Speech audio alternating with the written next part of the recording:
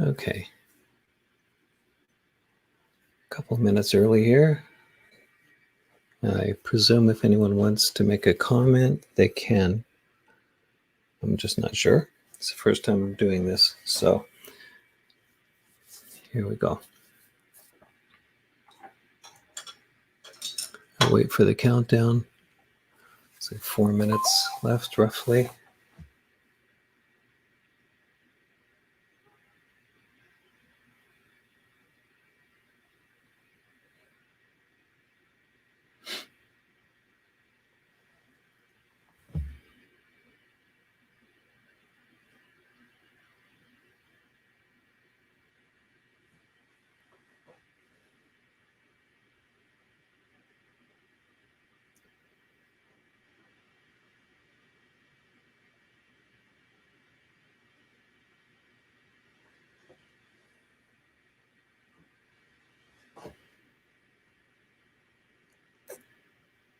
Okay. I think I can see myself here online.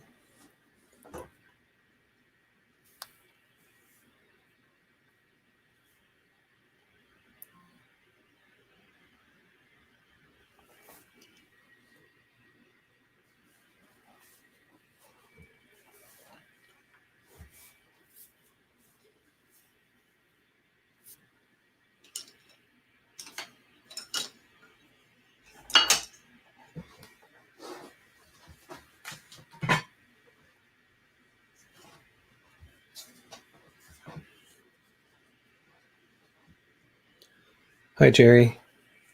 I can see your comment here. I don't know if I will be typing very much, but let's see how this goes.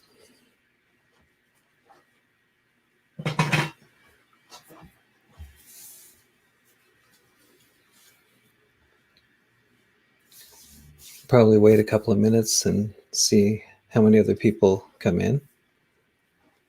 And I'll just probably start pretty fresh at 2 or just after.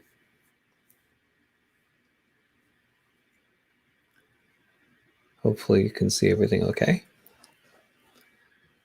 Hi, Elise. Maybe I should try posting a comment.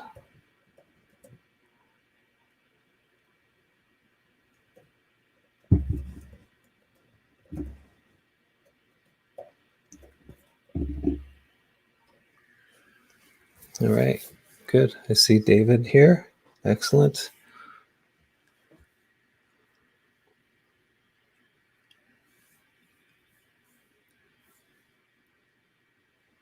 I see Michelle too. Hi, Michelle. Nice to see you.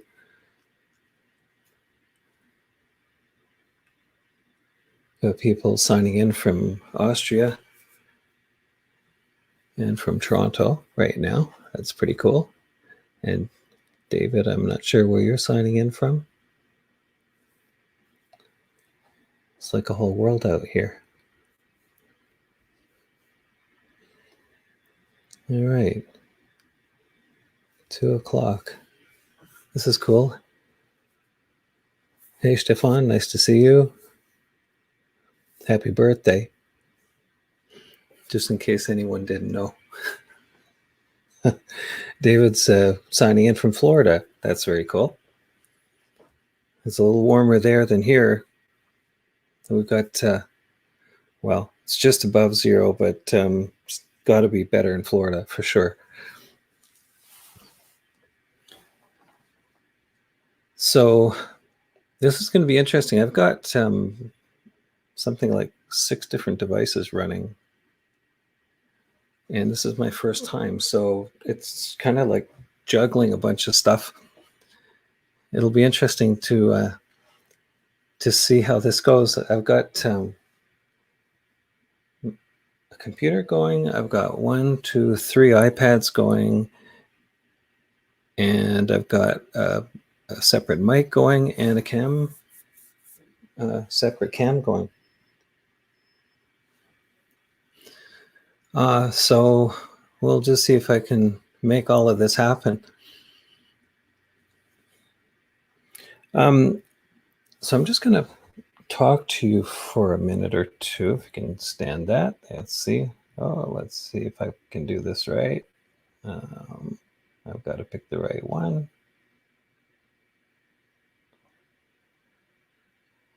Not that one. I'm just going to go back to another device here. And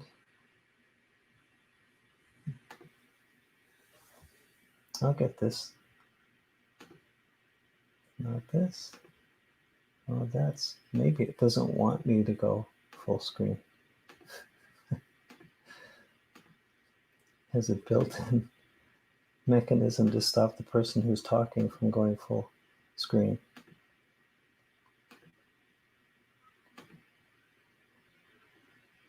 That's about as close as I can get. So here we go.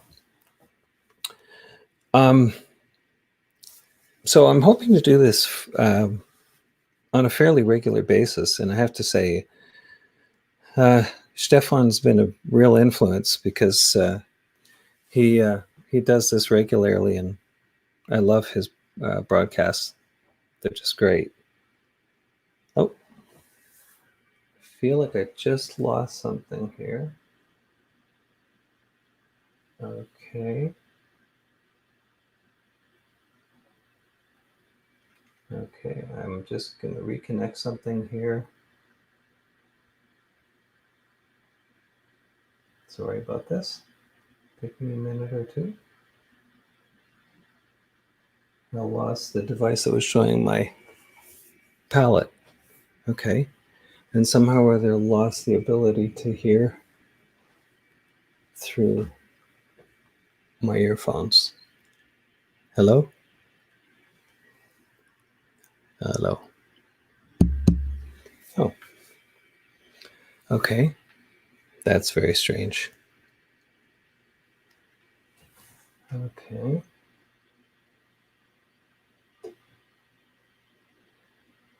Let's just see if this enters again. And add to stream. Okay. Okay. There we go. Now I can hear myself again. This is Hopefully not this is not a regular occurrence. Trying to do too many things at once. David's asked me, am I doing oil or acrylics? Doing oil. Doing oil. Although painting in acrylics in this particular situation might be easier because it would dry faster, and I need to overpaint some areas that are fairly thick. And I think if I was doing this with acrylic, it would be a little bit easier. Okay, I'm glad Mike's working. Thanks, Stefan. We got a little bit of reverb, and I got a little bit of fuzzy. But well, let's see what we can do. So I was starting to say, I'd really like to. Feedback at the moment. Let me just see something here. Maybe I need to mute something.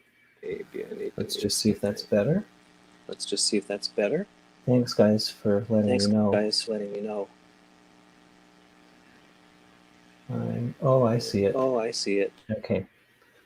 Hopefully that's better. Maybe a little bit. Okay. Hearing my voice doubles bad enough. I mean, hearing it once is bad enough. Hearing it twice isn't good. Okay. All right. There we go. Seems like it's better now. Great. Well, thanks for everyone tuning in. This is great. I was starting to say I've been inspired by Stefan. He's been posting a lot of stuff online. You should really check it out. He gives his notices on Facebook and publishes in YouTube. This is supposed to be publishing with YouTube and Facebook simultaneously if everything's going properly. It's taken me like a week of fiddling with stuff to try and get this thing going. Experimenting with one device in another room and then, moving things around and trying to figure out how I can paint in between all the different chords that I've entangled with. So I don't even know if I can paint this way, but we'll give it a try. I've painted in very strange circumstances. So like being in a cafe in Vienna and trying to drink a glass of wine, eat some food, and paint at the same time while people kind of scowl. That's a challenge in itself. So I'm going to try and do a portrait of sorts. And this is someone I know, and maybe you know a little bit too. That's Stefan. If it ends up looking like him, it'll be a miracle. There's a bit of pressure here. If it looks like one of his cousins, I'll be happy with that. And, I always say that whenever I get a portrait commission,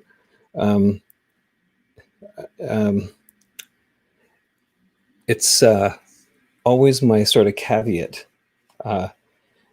If it looks like a relative, I'm happy. If it looks like, the person I'm supposed to be painting, it's a miracle. So now and then a miracles happen if you stick at it long enough. So I'm going to get down to some of the technical stuff here. I'm going to focus at the moment on this. Let's see if I can take this to, I'm just going to get rid of me here for a second. There we go. And so now you'll see just a palette and the image that's already up here, which is old paint, by the way. I've just covered a board with all this old leftover paint, kind of scumbled it around.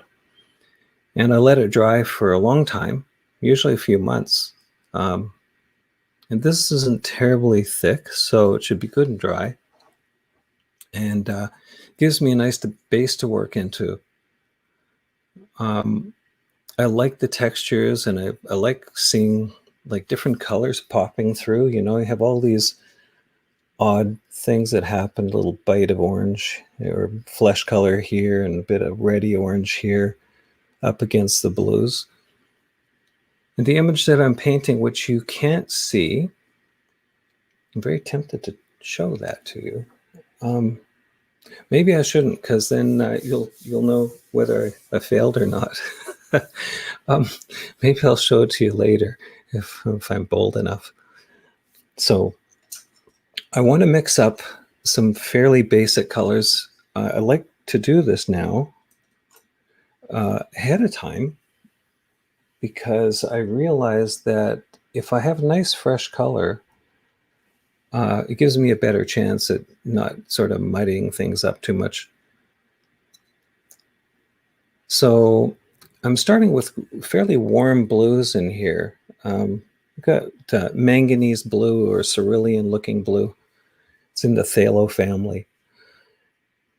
And I've got some gray, a little touch of green and so on here. And the funny thing is that the image that I'm looking at, which is somewhat a posterized version of Stefan, is really pretty much orange, a little bit of violet-y blue, and I've got definitely a cobalt blue and maybe a bit of manganese blue.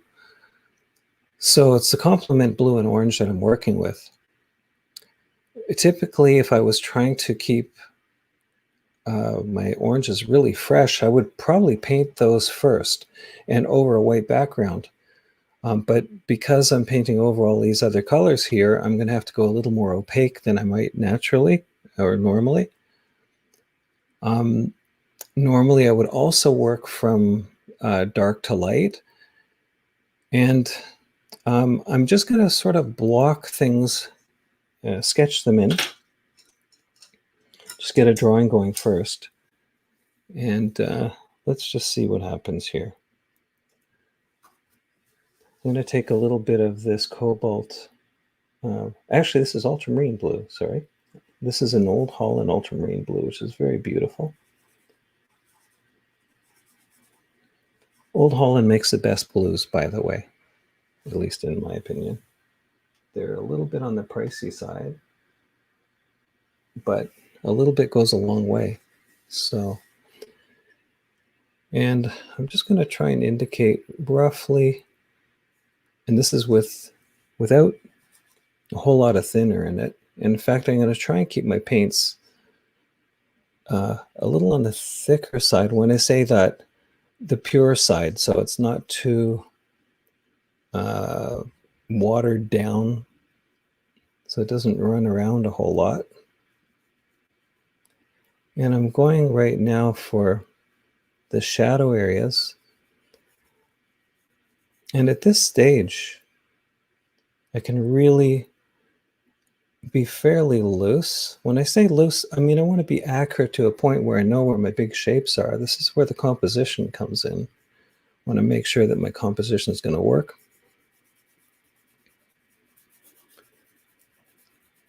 And I'll get into the details later.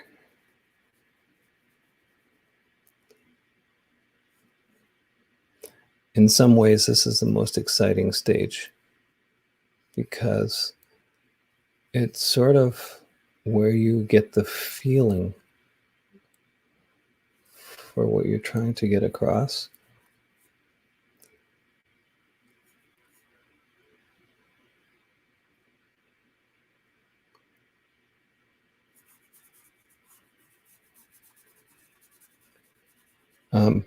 If you need to have something going in the background, like a bit of music or something, I thought about doing it here from here, but it sounds really tinny when I do that. So, or you can check in on this later if you're bored already. Put on a good TV show. You know, it's a funny time we're living in right now because there's so much stuff on Netflix and on TV, and we're all into that. But after a while, it's like, okay, I've seen enough of this. I just need to look at something different. So this is sort of a time where you have like a captive audience, literally captive, because we're all like, you know, at home.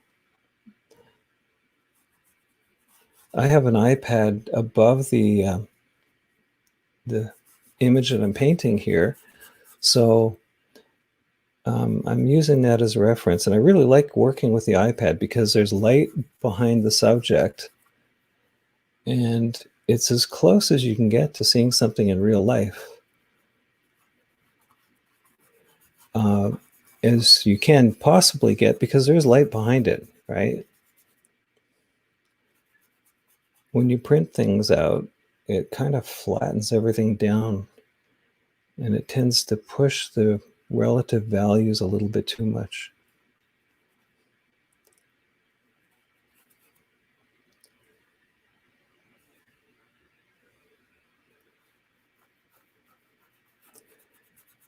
So one of the things I like to think about when I'm painting is looking for the big shapes, and rather than features. Features are just things that confuse us, really. Everyone has their own features, of course, but it's really the big shapes that define the subject.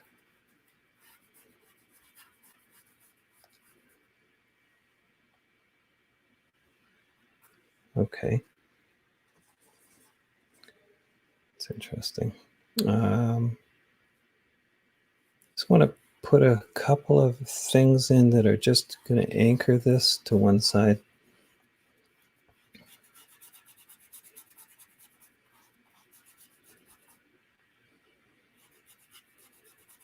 So Stefan's written, no pressure. Thanks.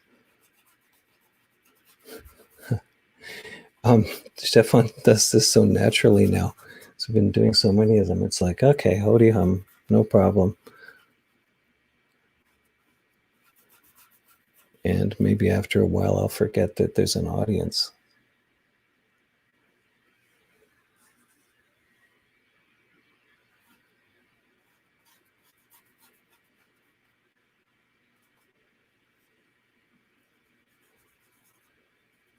Hi, Geeta. It's nice to see you. I'm checking out the odd comment here as I glance over.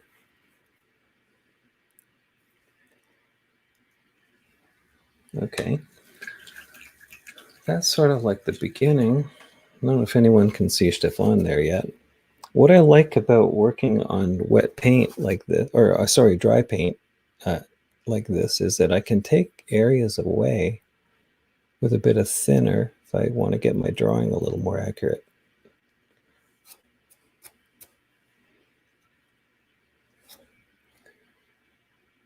All right. I'm going to go in. This is going to be pretty strong color here. I'm going to take some orange. Really, because I'm working with complement colors, it gives me a little bit of a place to go to when I want to neutralize colors. I just have to go into the blue to knock down the orange a little bit so that it's not so intense. See what I'm doing there? I put the two beside each other. If I take this orange here, and I don't know how much you can see, but if I just put just a little blue into it, it takes away from that intensity, that hot looking orange. Of course, the more blue I add into, you can see it knocks it down even further. It tends to go towards green. And that's why I have a red here, so that I can bring back a little bit more warmth in it. I get some nice, rich, dark orangey, reddy kind of colors.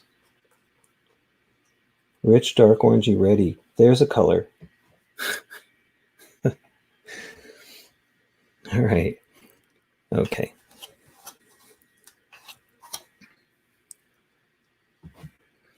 Stefan's saying I already got his nose. Well, it's a smart looking nose. What can I say?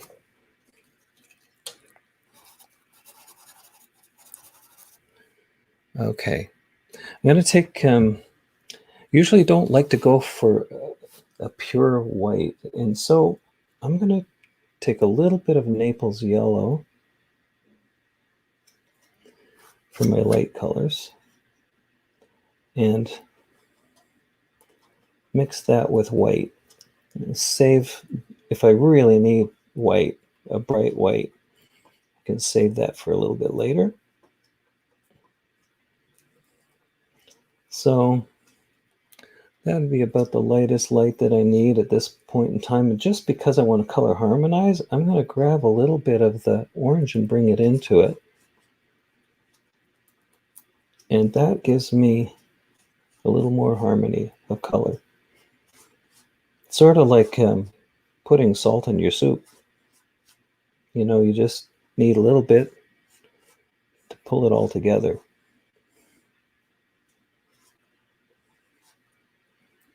Okay, I like that color.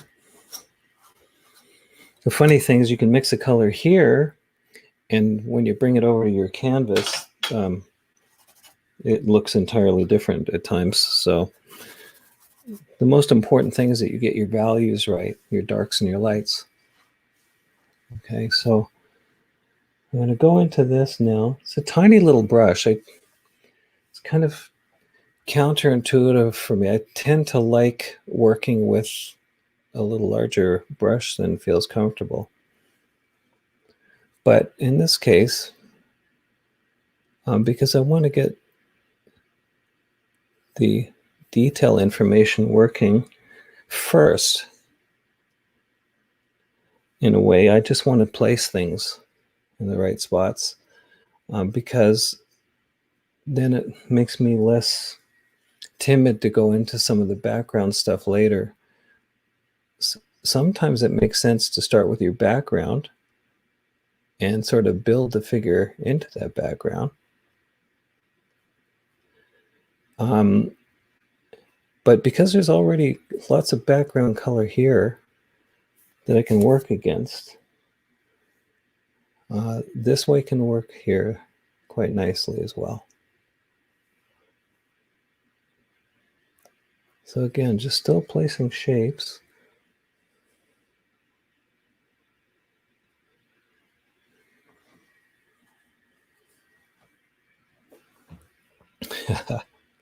Stefan's written, you already got my nose stopped now. I probably should stop. We'll see if I can make a mess of it before I stop.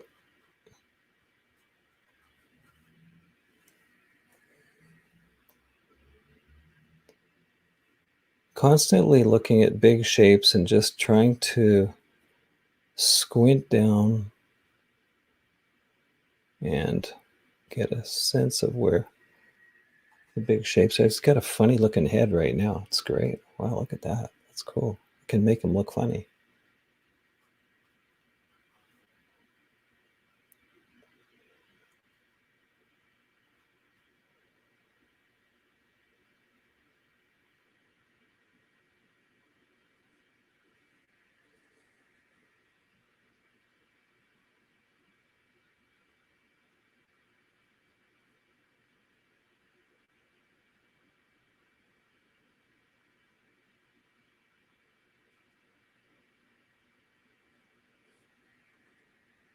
If I stay quiet, it's like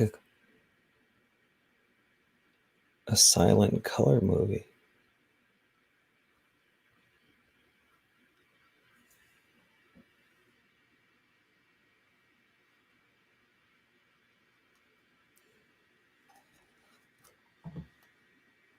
All right.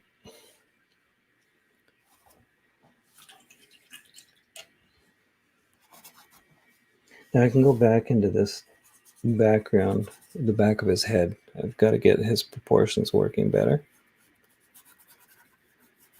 His head's definitely bigger than what I have there.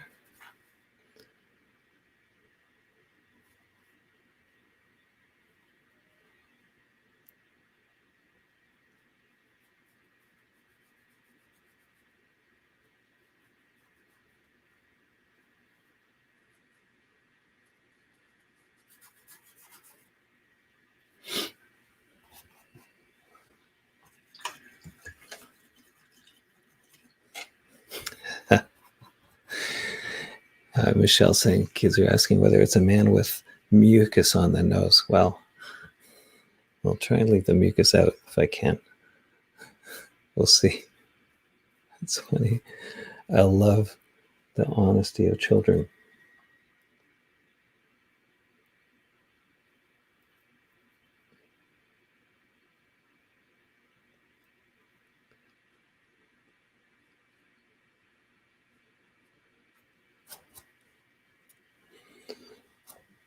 Okay. Now I'm going to throw a little bit of orange and bind here. This may be a little intense. Well, maybe I can make this a bit lighter. Just going to experiment with the values first, get those working.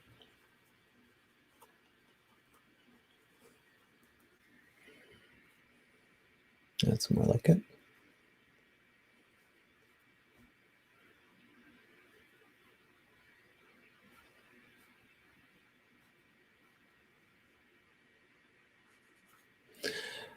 It's kind of fun to mix your color right on the painting because you have all these different sort of things that happen that kind of force a vibration in color.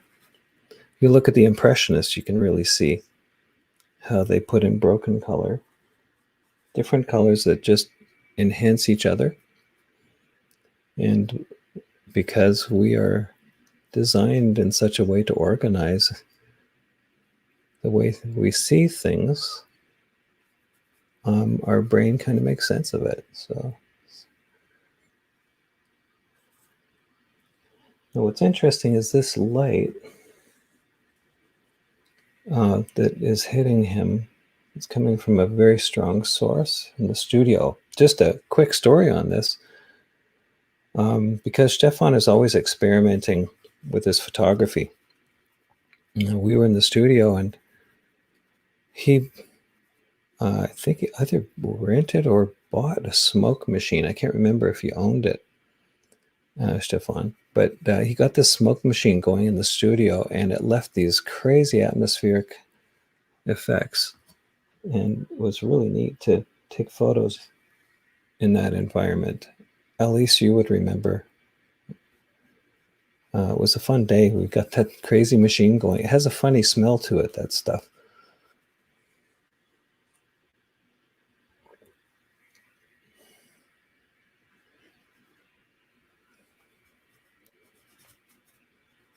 So I want to get a sense of light source. Helps kind of bring the whole image together.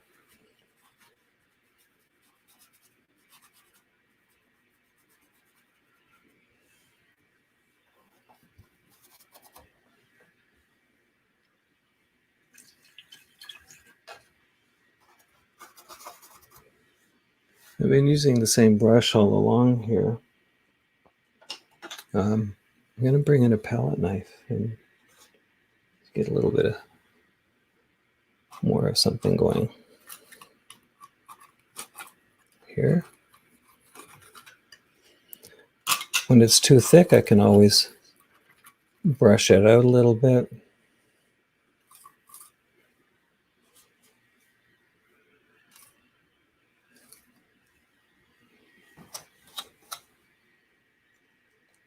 I like how the palette knife creates these sort of organic shapes that you wouldn't put in normally with a brush, and they're very difficult to do with a brush, frankly.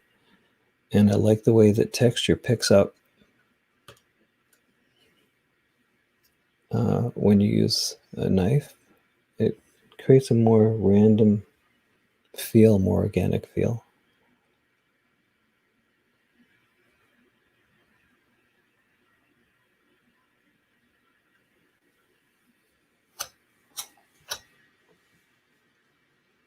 Okay. I'm going to get some of these intense blues that I see in the background.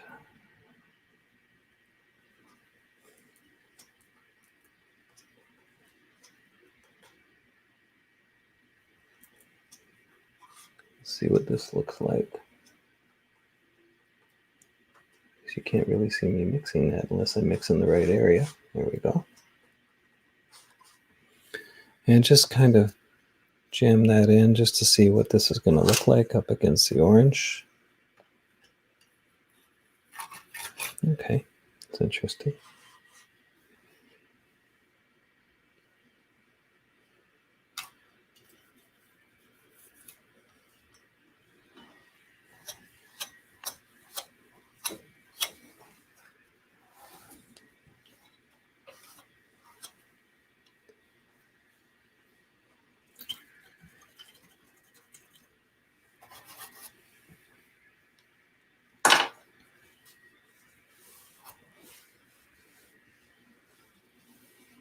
All right. So at this stage, I've kind of got a block in that I'm okay with. I just now want to simplify shapes even more. So I'm going to mix up a little more paint with these colors that I've got going.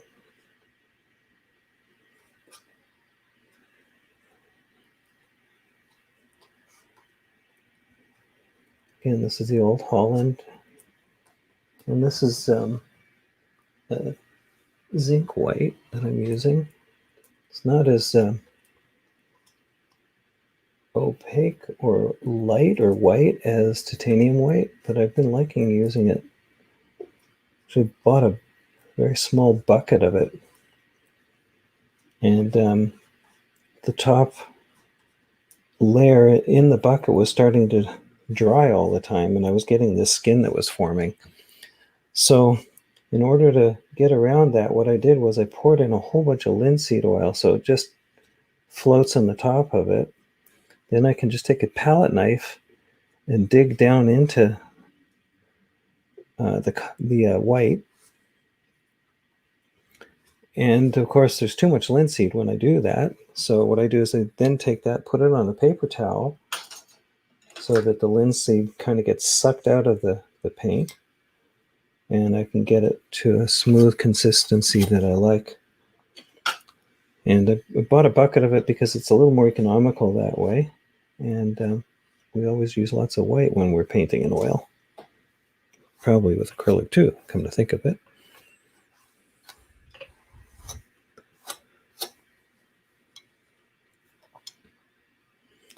All right.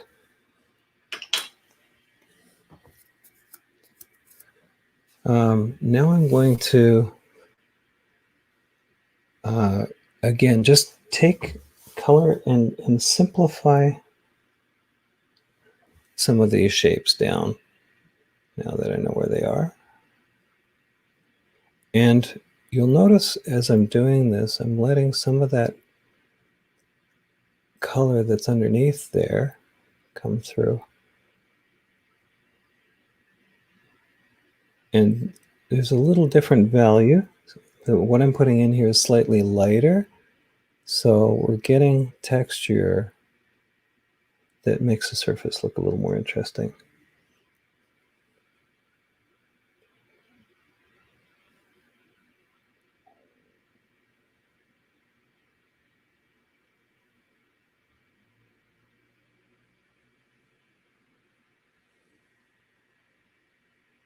The nice thing about working from an iPad is that you can kind of zoom in when you need to see things better.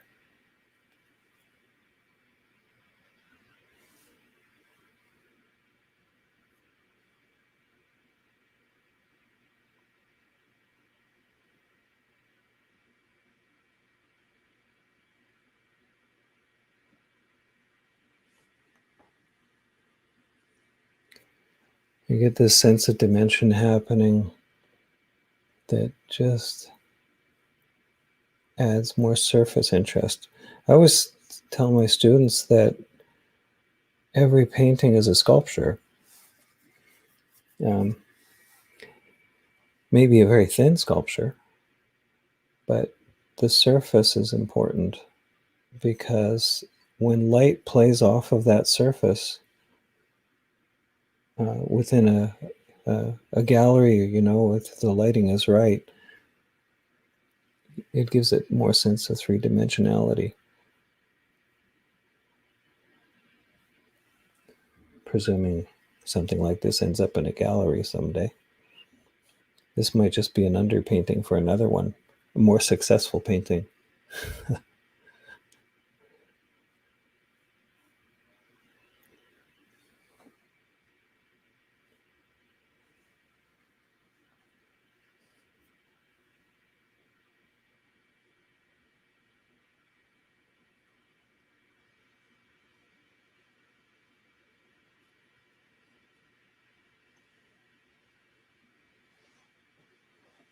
Okay. I'm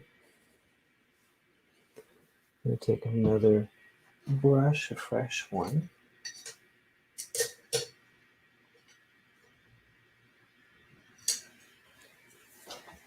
And just go into this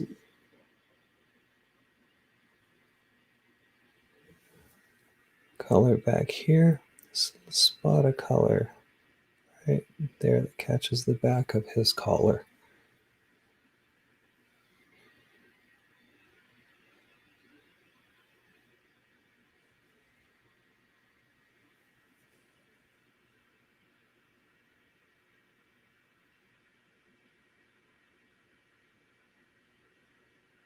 Really trying to not mix my blues and oranges together too much, because as soon as you do that, you kill the color. It neutralizes too much. So this is a case where it makes sense to work with two different brushes. One brush that holds your warmer color, another brush that holds the cooler. If I were to mix them both together too much, especially in areas like this here, it's going to go really awful. It's just going to look muddy. So you take too much of a complement color and it just kills everything.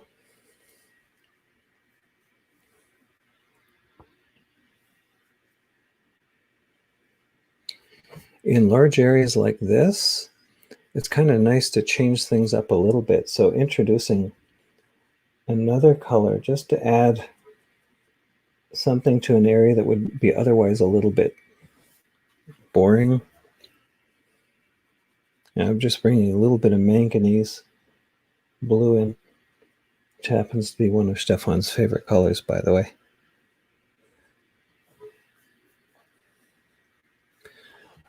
Someone's asked if I can make the painting screen bigger. Let's see if I can do that. Oh, there we go. Didn't know it was that easy. Right. Hopefully that helps. Thanks, Baron.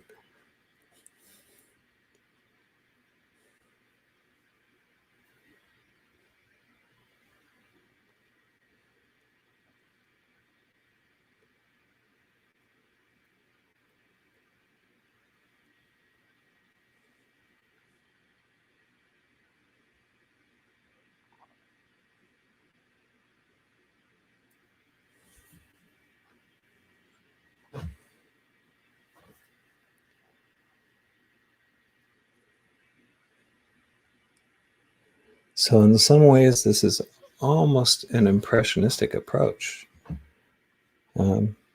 because I'm working with broken color.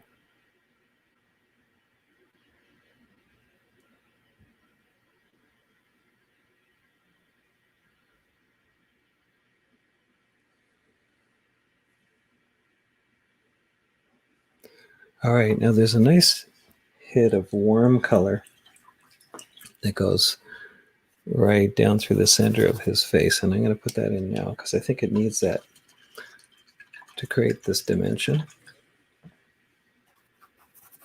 And I'm going to kind of tease it in with a very tiny brush.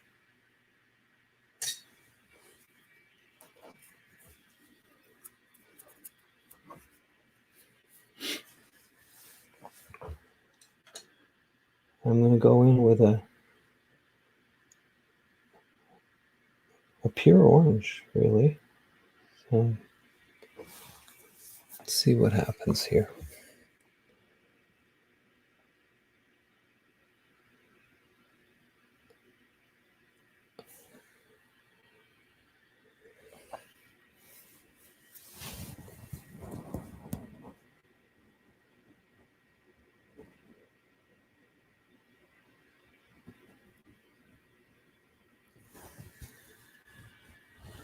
Again, I have to be really careful that I don't mix these blues and oranges up too much, because if I do, it's going to kill the color.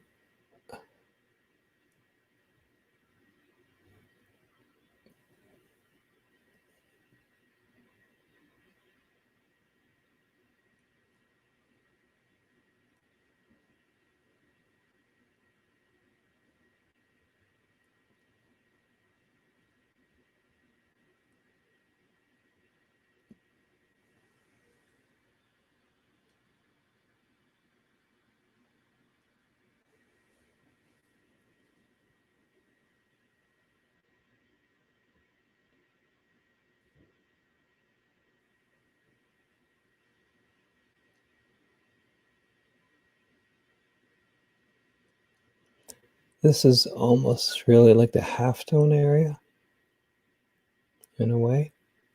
There's still light. It's not really in shadow.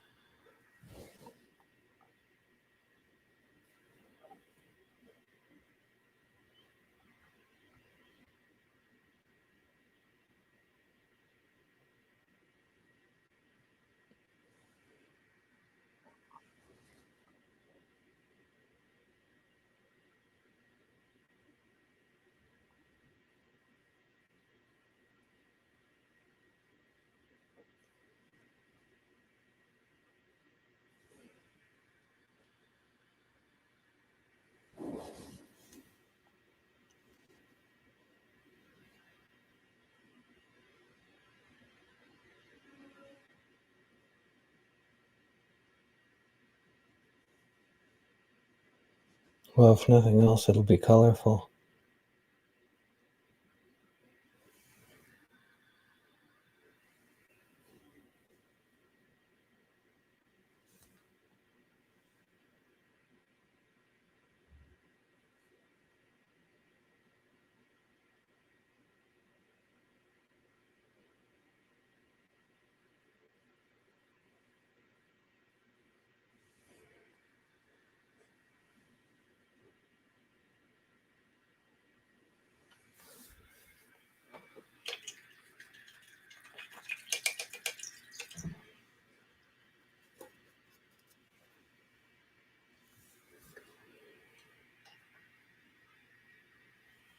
So this is an interesting little area.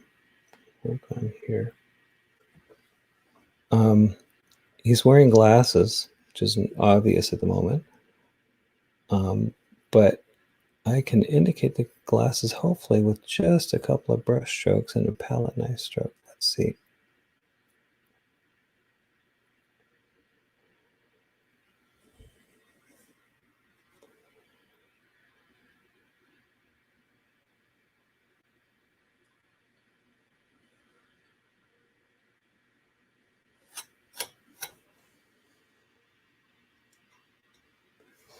To take a hint of the light that comes across the top of them.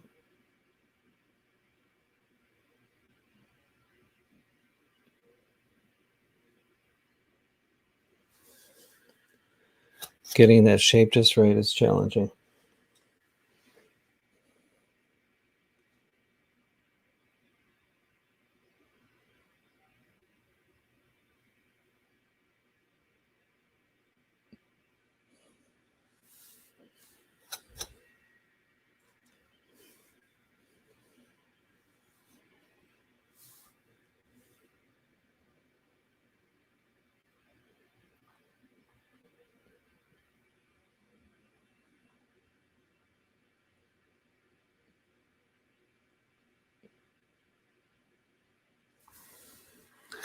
Sometimes working with a palette knife, it feels like you're working more like with a brick.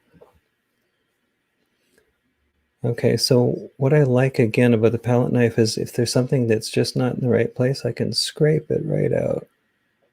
Which is what I'm going to do right there. And I'm going to go back in with the light again. It needs to be down just a little further.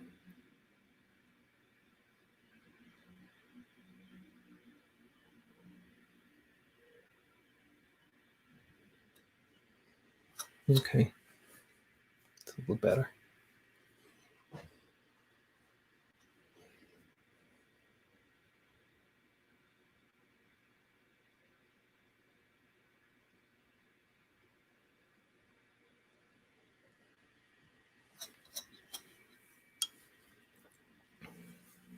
So now I'm getting into fussy details. It's always dangerous. Okay.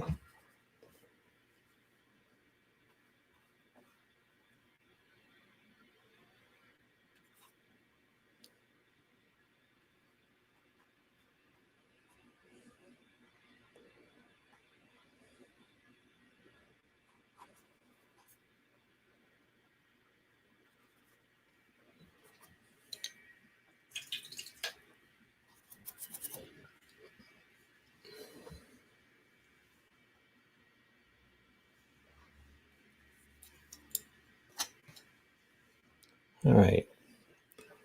So one of the things I find sometimes I get fussing too much. The next thing I need to do is just get out a good big brush and loosen things up a little.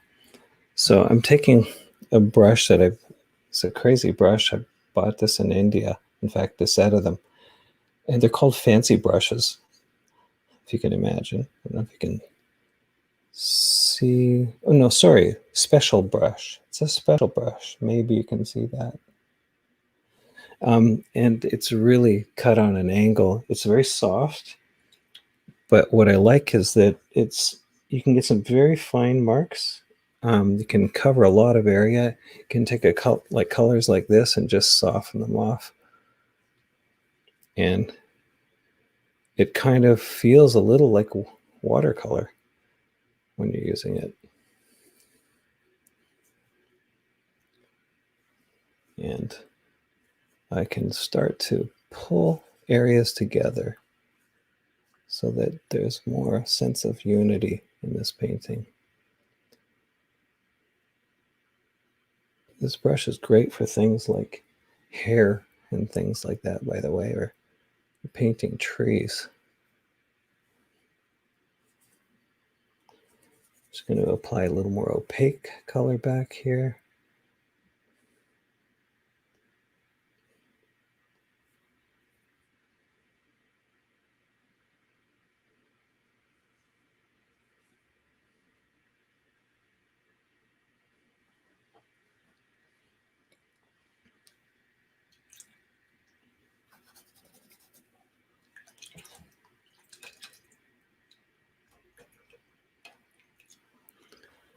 Clean that up really well.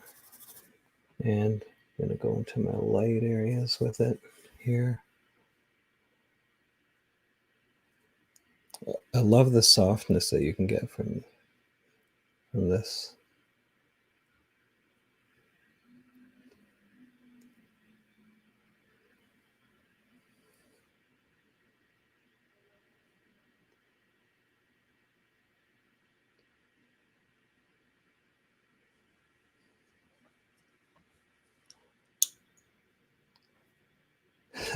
Barrett, thanks for showing up. Yeah, you got it right. That's pretty exciting. You actually recognizing that this might be Stefan. It might not look like him when I'm done, but let's just see.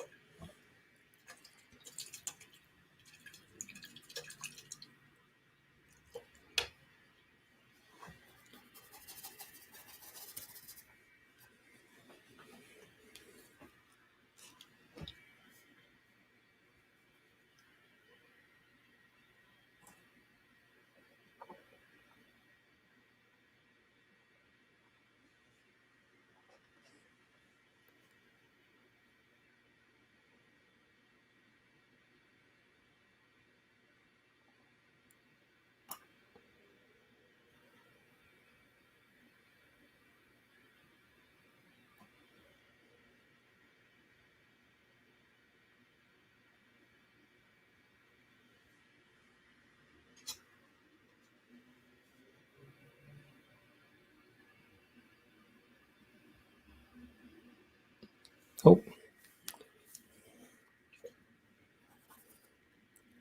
got a little too ambitious there.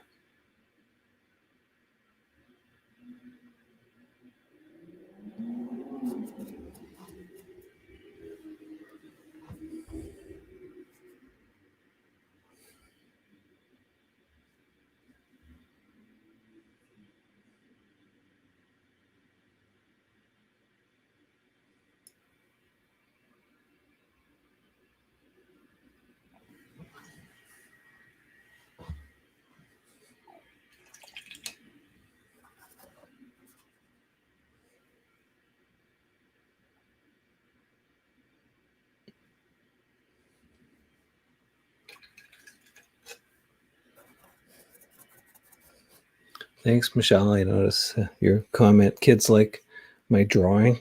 That's cool. I still need to work on this a little to get top of Stefan's head is definitely bigger than what I've got here. So And bring it up a little higher.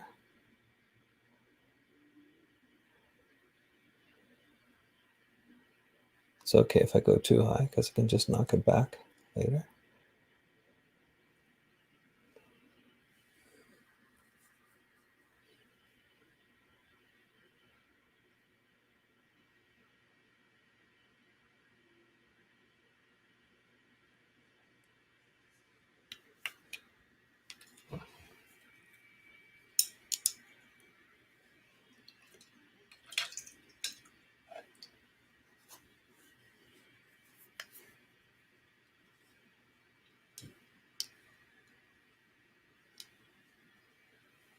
Okay, put a brush down, and I don't, you really should just hang on to your brushes like the old masters. Put it down. I know where it is.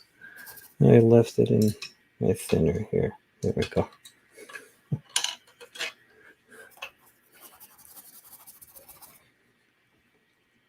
I want to go back into these darks a little bit more and just punch them up a touch. Back in here somewhere, there's an ear. There's some sort of hair.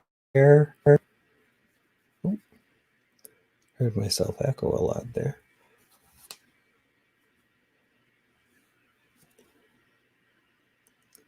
And start to pull these values together. Get a little more neutral color.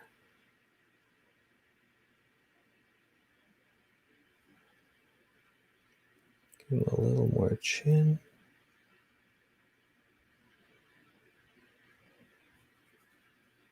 Now you'll notice I am mixing some of the oranges and the blues together.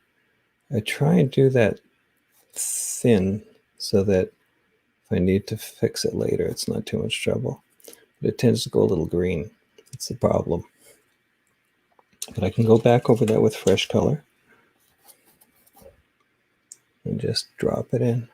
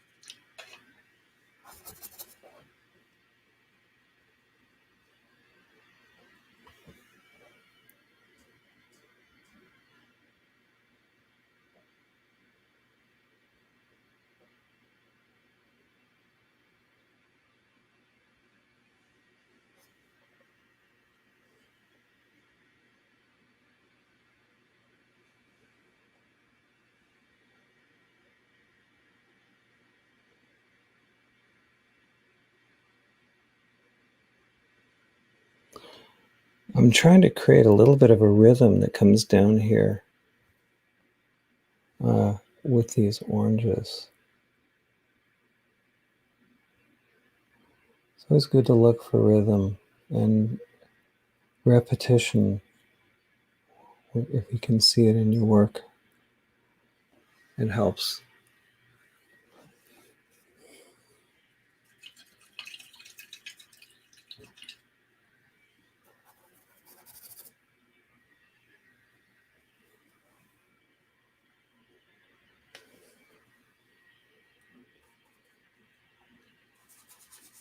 I'm going to really mix the blue and orange here together to get a green. It's a very neutral kind of mucky color, which comes in behind the light here.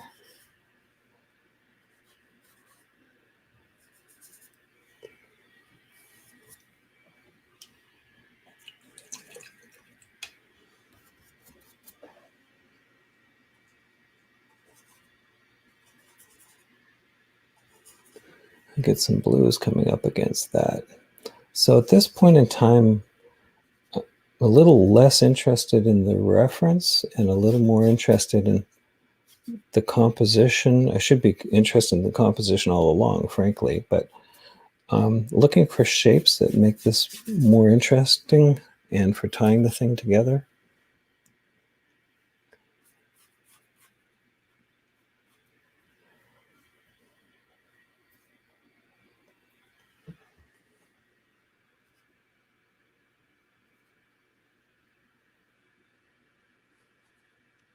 we can afford to be a little bit abstract at this stage.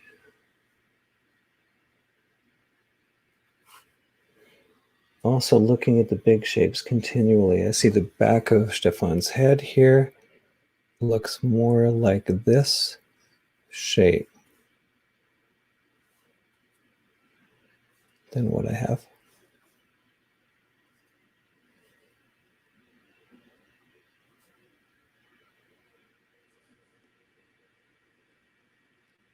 And getting this collar shape working. Right.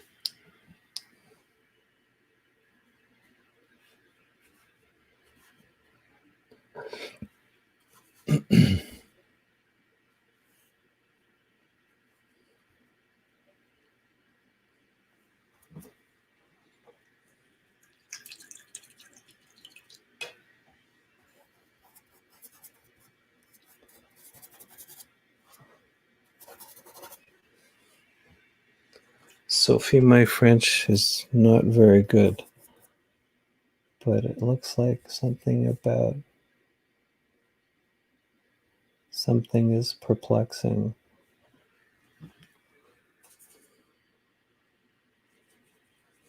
Which doesn't surprise me. That's painting. It's perplexing.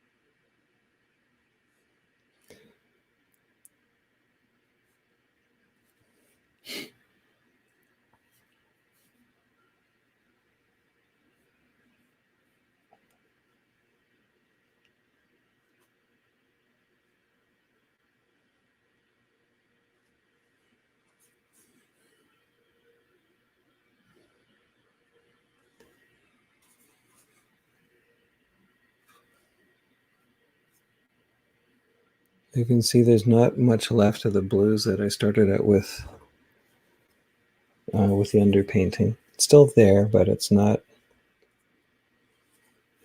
like it was. It's not as important, but it gave me a base to paint into. And some of these texture things are kind of fun through here. I like that. I have no idea if I'll leave them.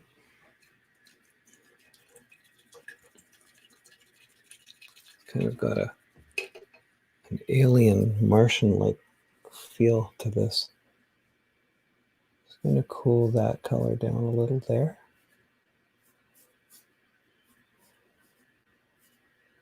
So that those neutral, less intense colors towards the edges, the corners, that helps bring the eye into the main focal area more.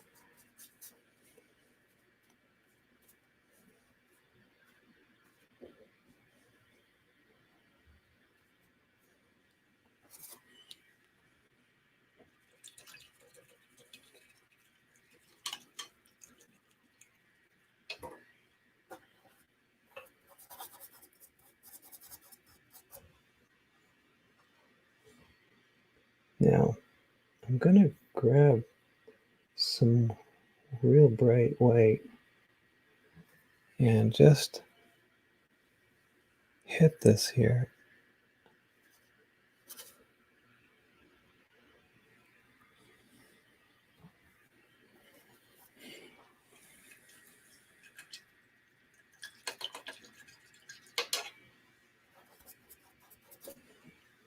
And I need to go back into the light part of Stefan's face here to define that a little better.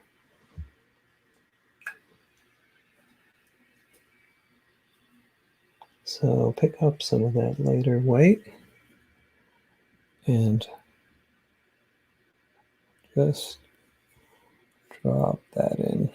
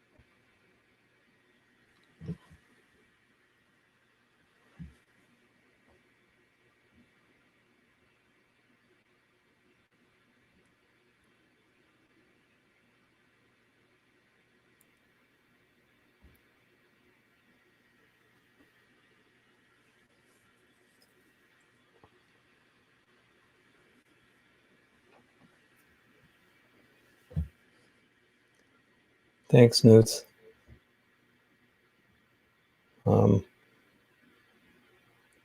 See if I can't do something that looks okay.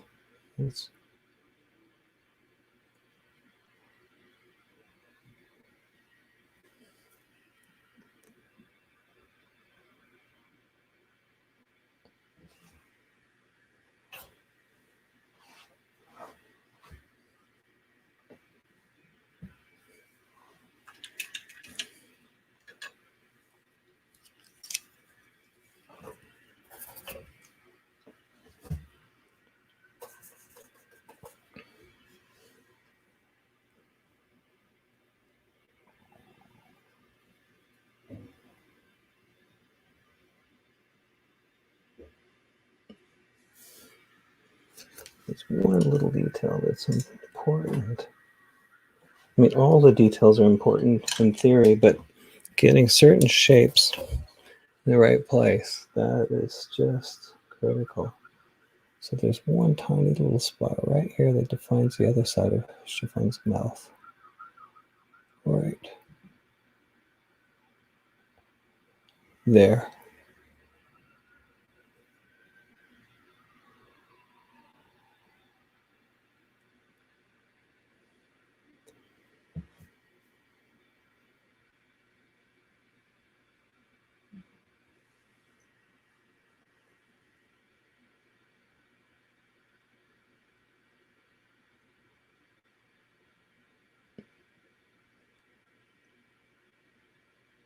And a little bit up here.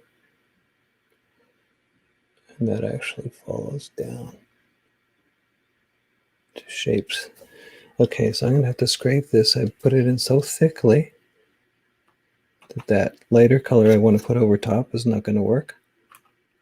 So just scrape it away. It's just paint.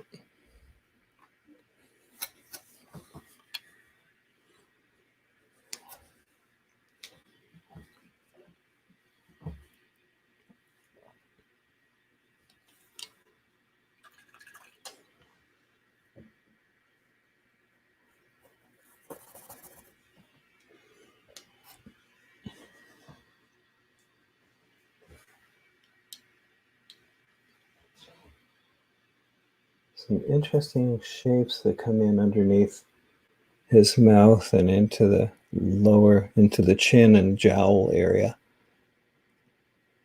So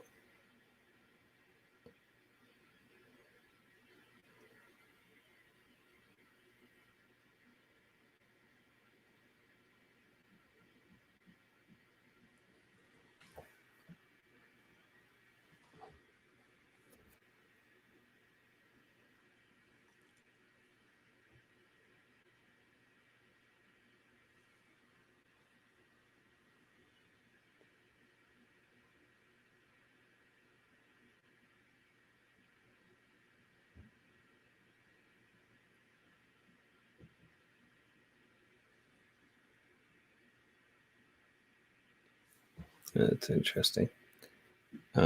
So once you get to this stage, you have to keep looking back at the big shapes and the relationships of everything to each other.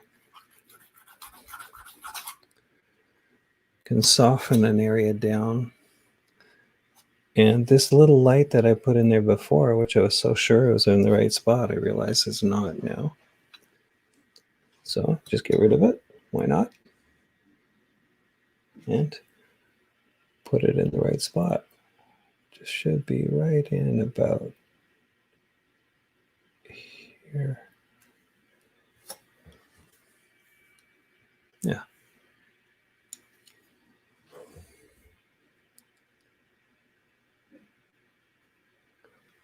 A little bit of orange against that. And tiniest little highlight across the top of it.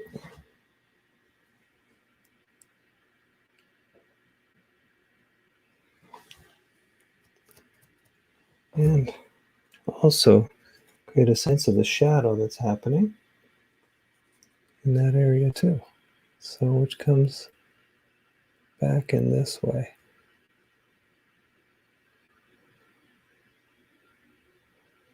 gives you a sense of the collar. And the rest of that doesn't really matter. It's just getting that part working.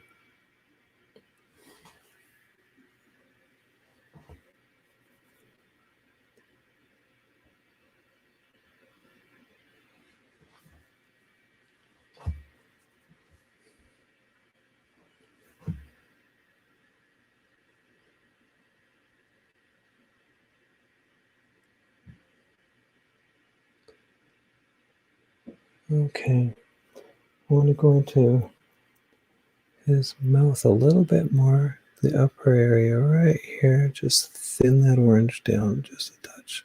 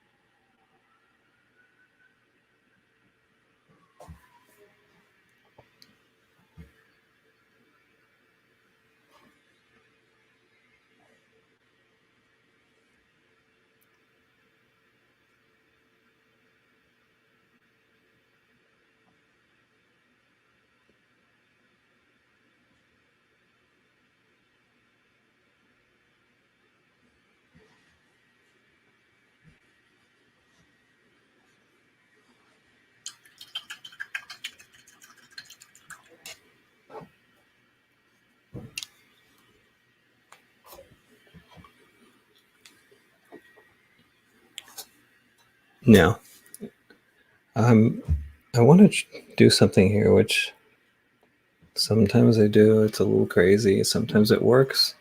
Sometimes it doesn't. And when it doesn't, it can be just heartbreaking.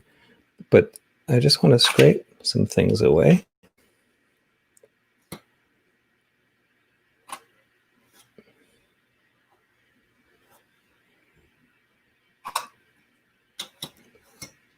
And when you're doing that, you should be careful not to have too much of the paint you had left over on your palette to leave a mark, like I just did, like there. So just get rid of that. Rid of that. There we go. And I need to define the collar behind him a little better. Oh, in this area right here. I'm going to do that by going in with a very dark neutral orange.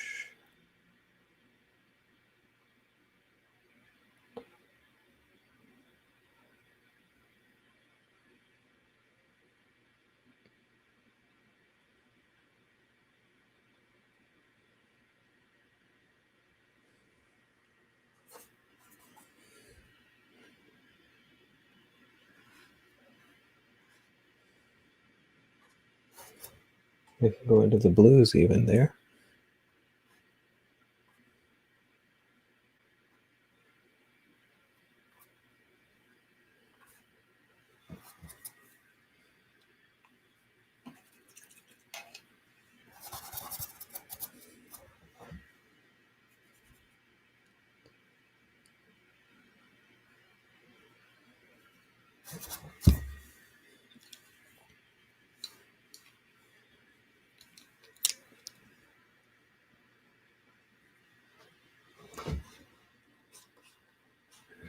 Pick up some of that light color again.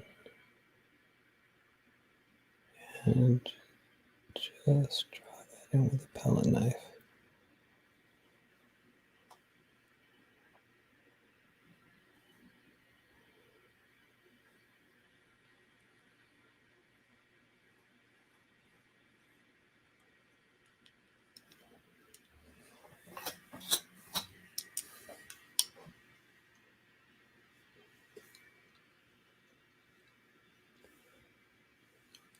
Now I see an edge issue here.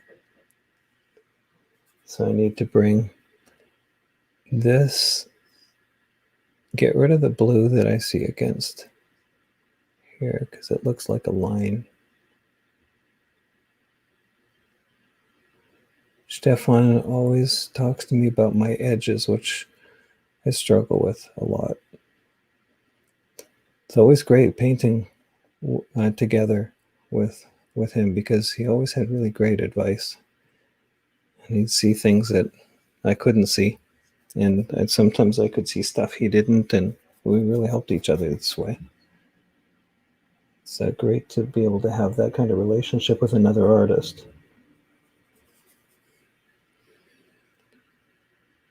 Because very often our egos get in the way.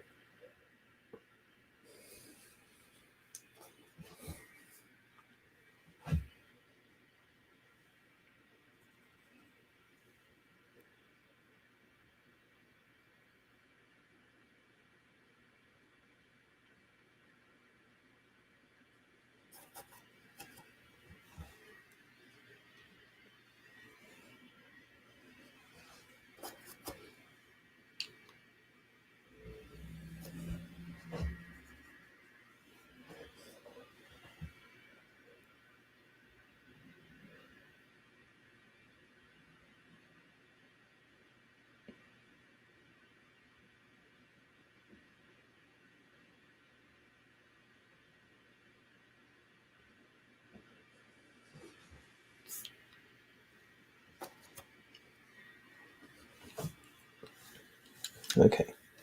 I just want to get some nice fresh color going in behind here.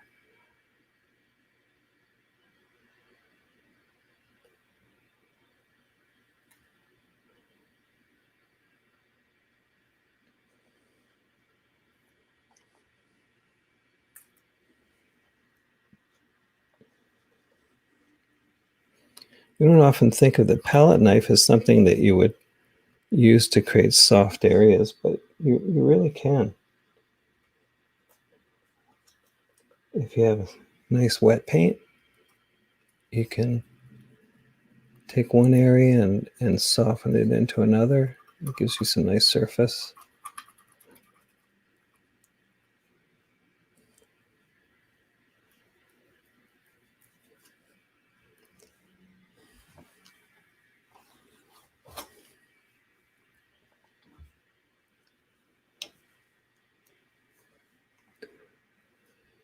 All right, I'm going to take 2 minutes here just to take paper towel, clean it up.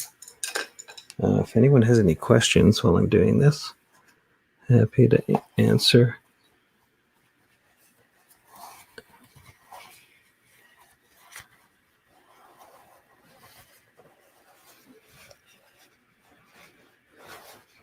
Brian's saying it'd be good to see this in time lapse. There might be a way that I can do that. I don't know. There's some software out there, I think, that you can actually speed things up with. So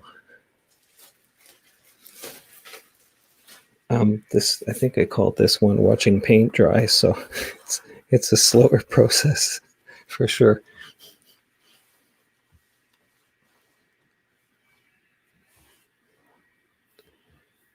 Okay.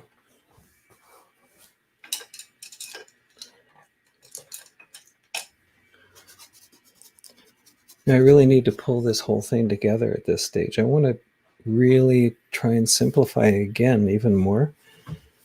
I'm going to go in with some blue. Again, an ultramarine blue.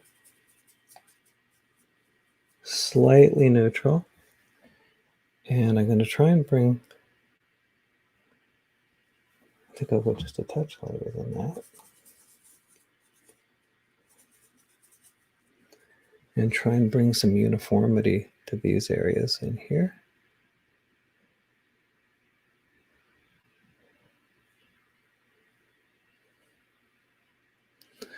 You don't need to see every little detail to make it work. In fact, we don't really understand things by looking at detail. We understand things by looking at the overall shapes.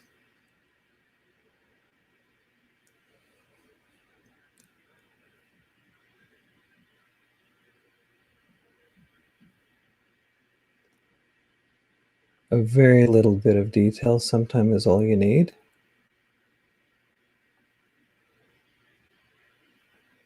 The challenge is knowing where to leave it out.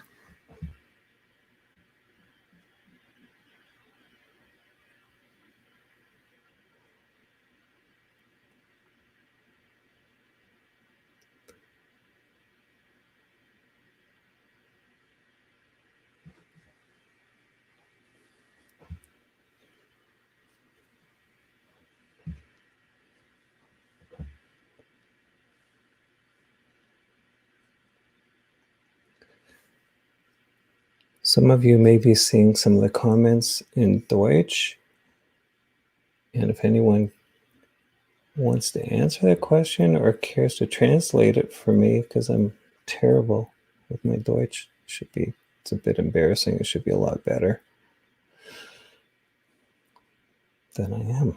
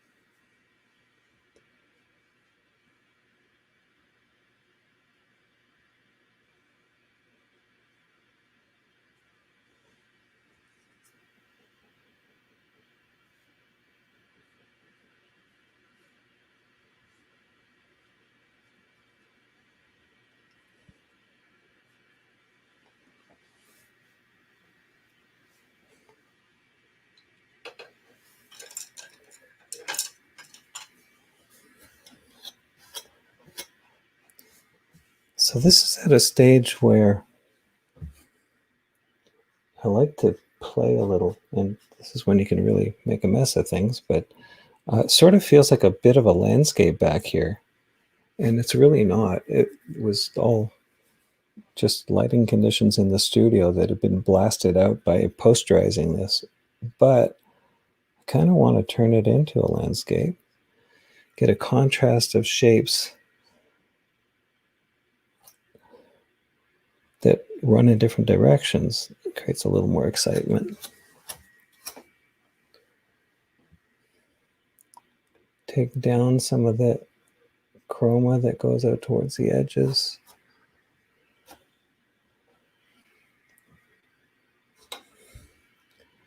Bring in hints of detail.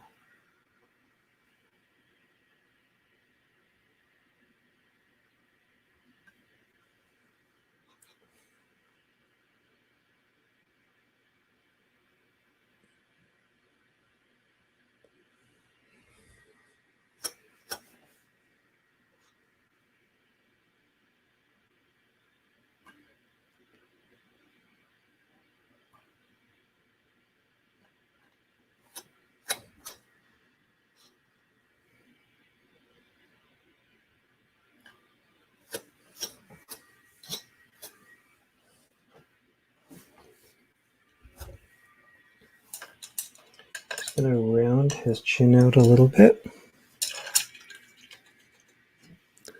Haven't quite caught that side of his face.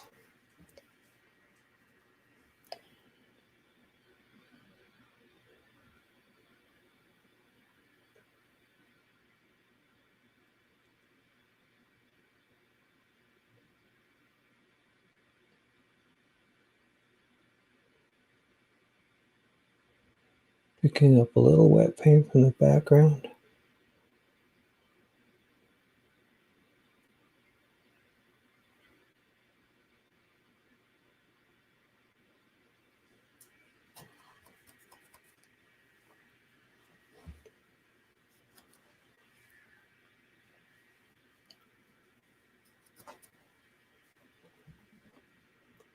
I'm not sure I've really caught him here.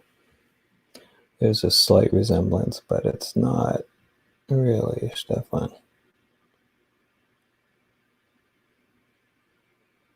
He's much better looking than this.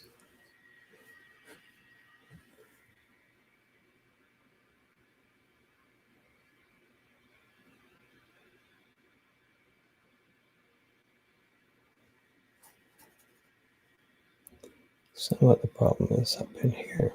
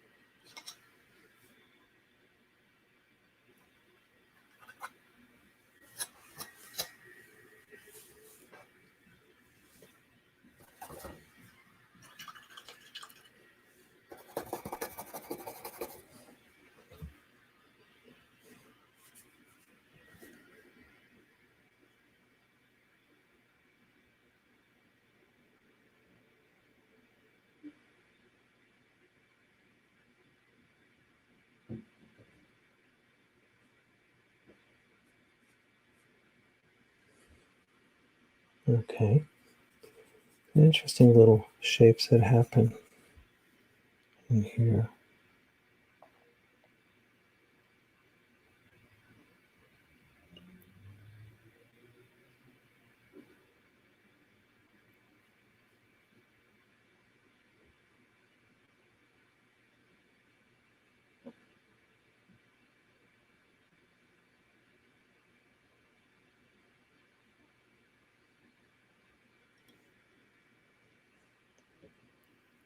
Now it's funny because when I look at this from my angle, the colors are more accurate. So this little camera here there's actually picking up quite a bit of glare in these areas where the paint is wet.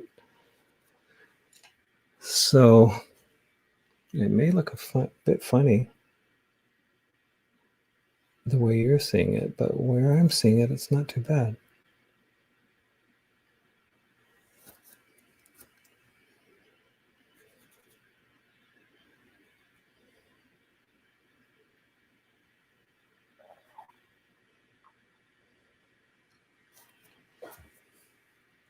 Sometimes you can look at something too long, and it's really important to get back from it.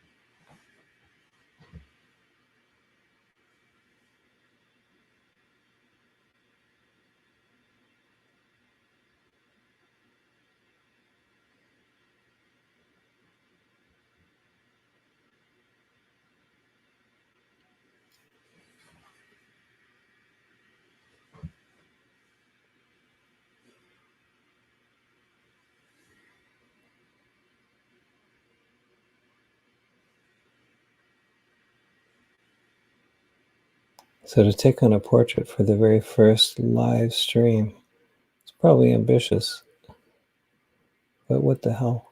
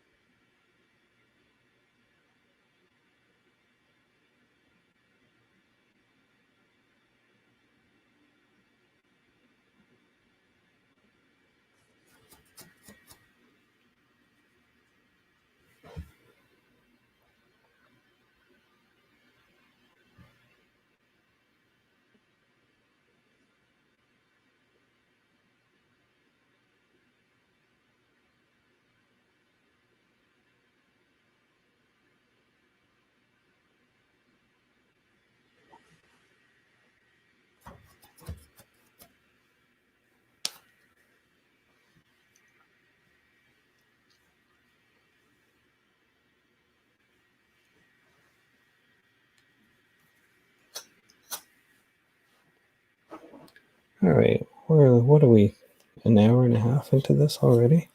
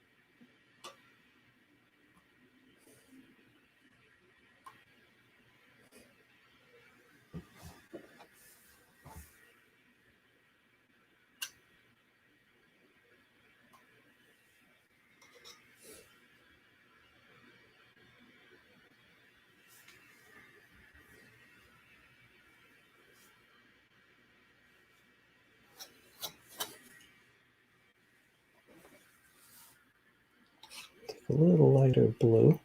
I don't want to get too many jumping values going, but I feel like this could just come up a little bit more there. And it kind of makes it feel a little bit more like a landscape.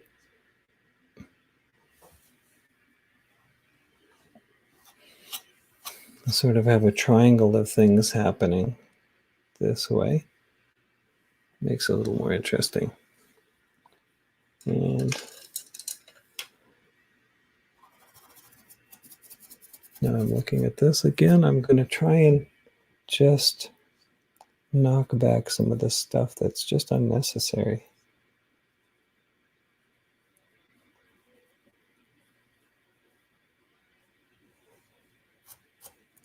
Too many little things that don't really say anything.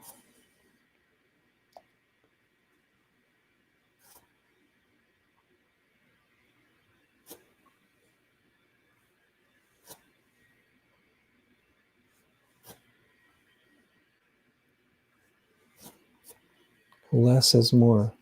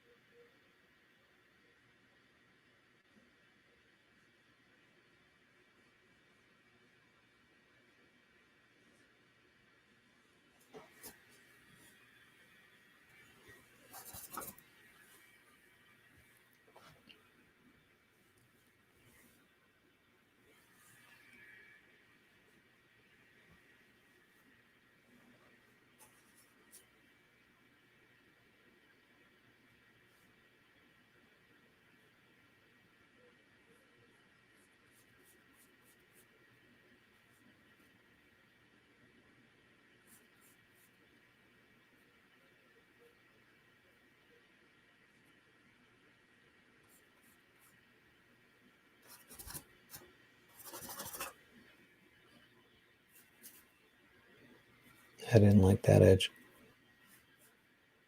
Maybe it's just best to let it disappear. In fact, so that, because I can't draw the back of his head very accurately, I don't know why, I'm struggling with it. I'm going to do this other thing that sometimes works. And that's just get rid of it. Just get rid of the back of his head. See what that looks like. Maybe that's just strange, but it's another way.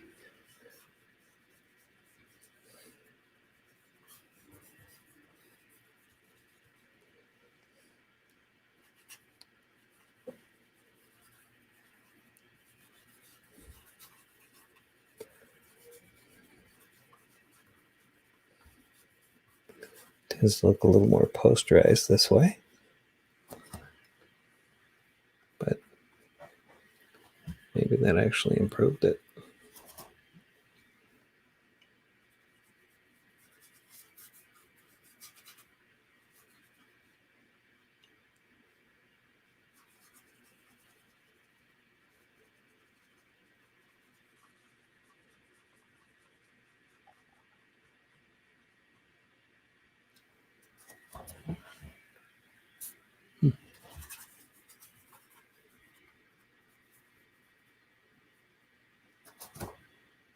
Maybe that stands out a little too much now.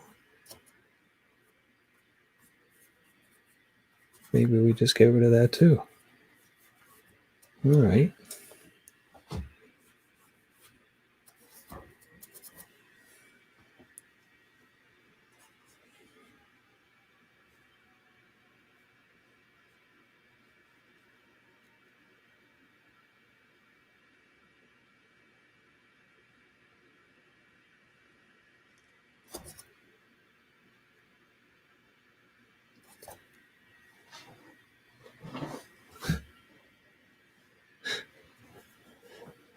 Yeah, thanks, Stefan. It was a bold move.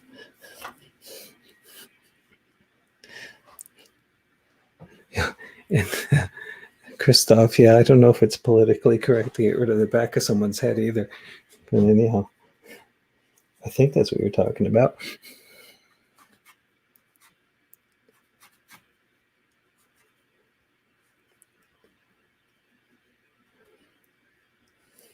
Now this is turning into like a moonlit evening. All right, why not?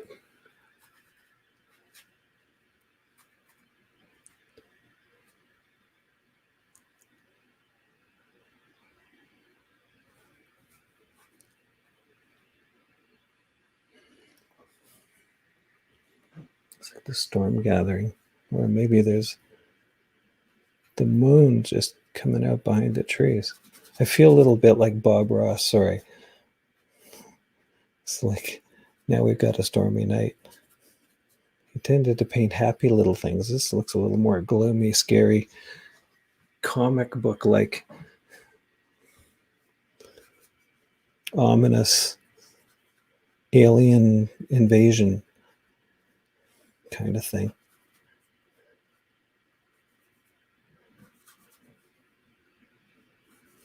Only thing missing is the spaceship.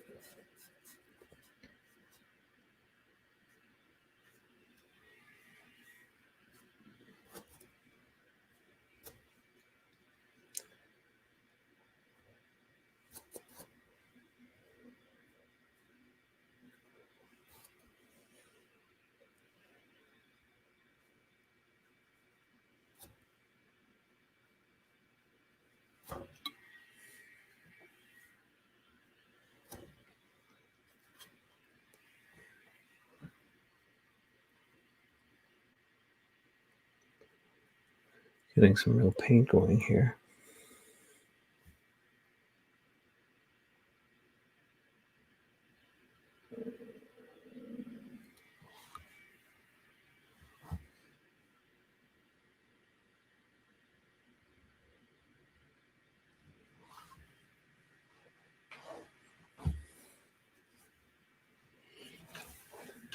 So from week to week or every other week, when I'm doing these things, I have no idea how they're going to turn out, which is kind of like the way it goes for my painting.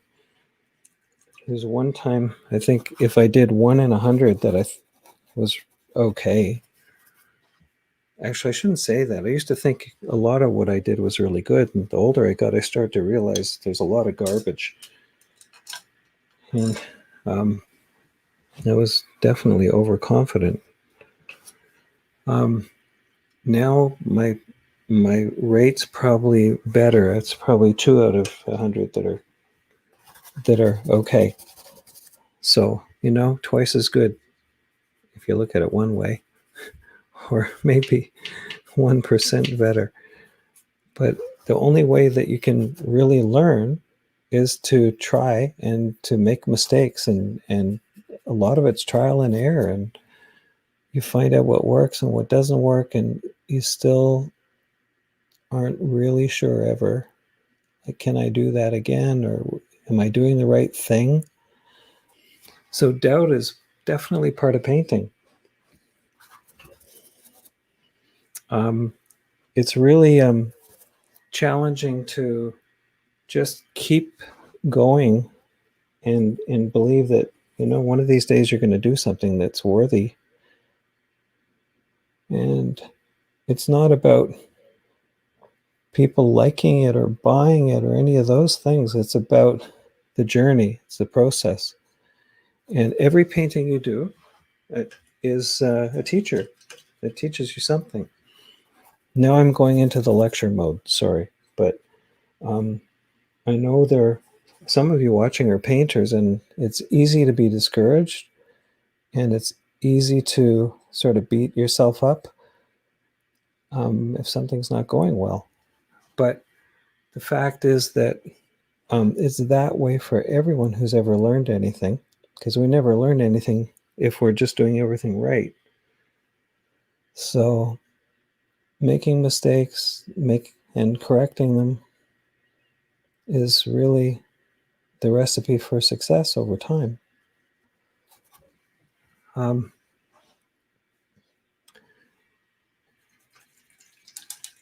Christoph, you've asked for some list of basics to buy for a good start with oil. Yeah, I'd be happy to post that. In fact, I have your email address, and so I can happy to pop that off to you, if that's okay. Now I've got these little dark accents that are happening in the background, and really I should have some that are happening in here, because your greatest areas of contrast are typically in the foreground, not the background. So I'm just going to punch some in here and just see if that helps bring this forward a little.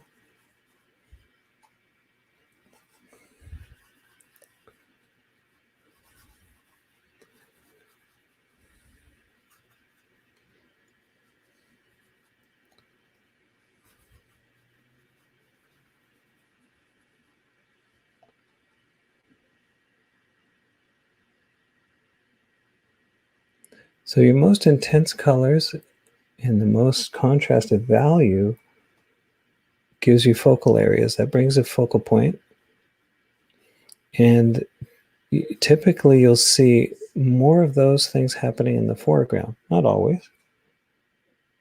But if you want to bring something closer to you, you have more contrasted values and more intense colors.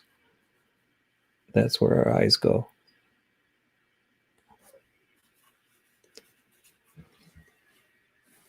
Well, longer looks like.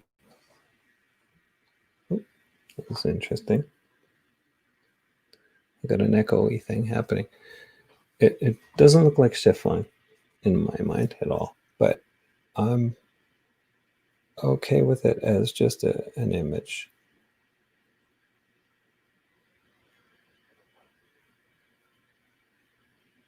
Chiffon's definitely better looking than this. This looks like some creepy orange guy.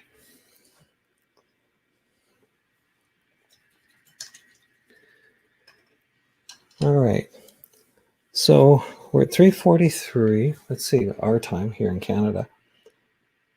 I think that's about as far as I will take it. Now, I'm going to come back online. I think I can do this. And I'm going to say hi and thank you to everyone for showing up. Oh, I don't know how to pin me. That would be good. I still have to figure this technology out, obviously.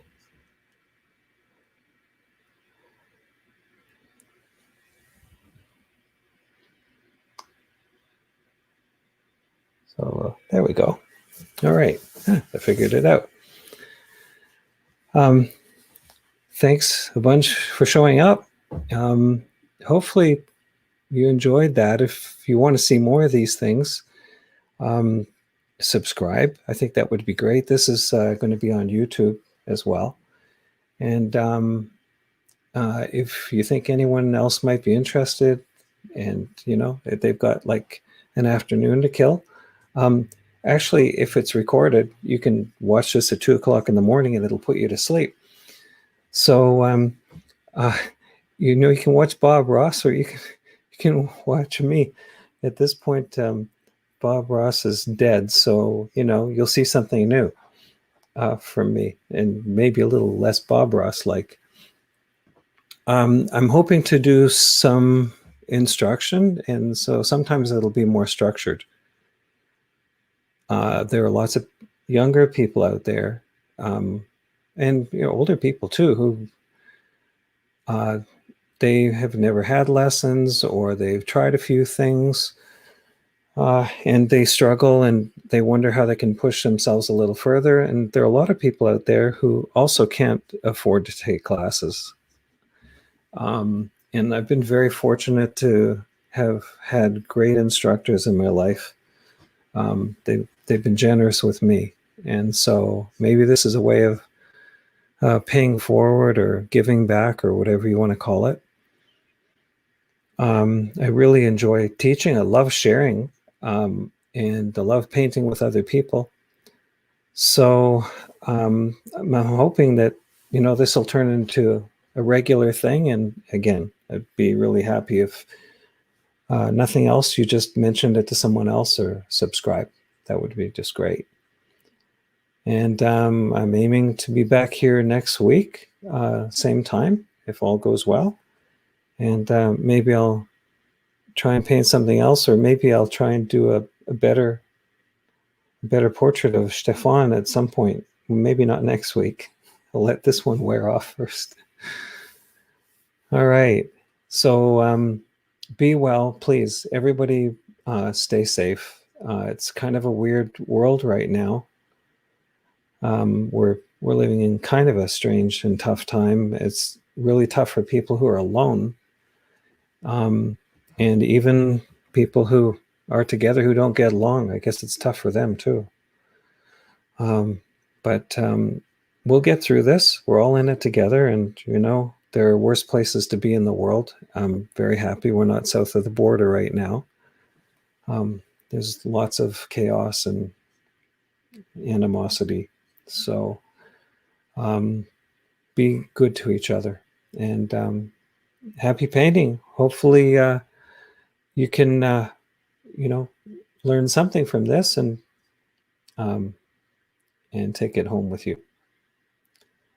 So I'm going to end the broadcast now. If you want, you can always find me at andrewjudd.com, or actually, if you want to email me, it's andrewjudd@mac.com. If you have any questions, or you want to stay in touch somehow, that would be great. All right. Take care. Nice seeing you. And thank you for showing up. Thanks for all your great comments. Take care. Bye-bye.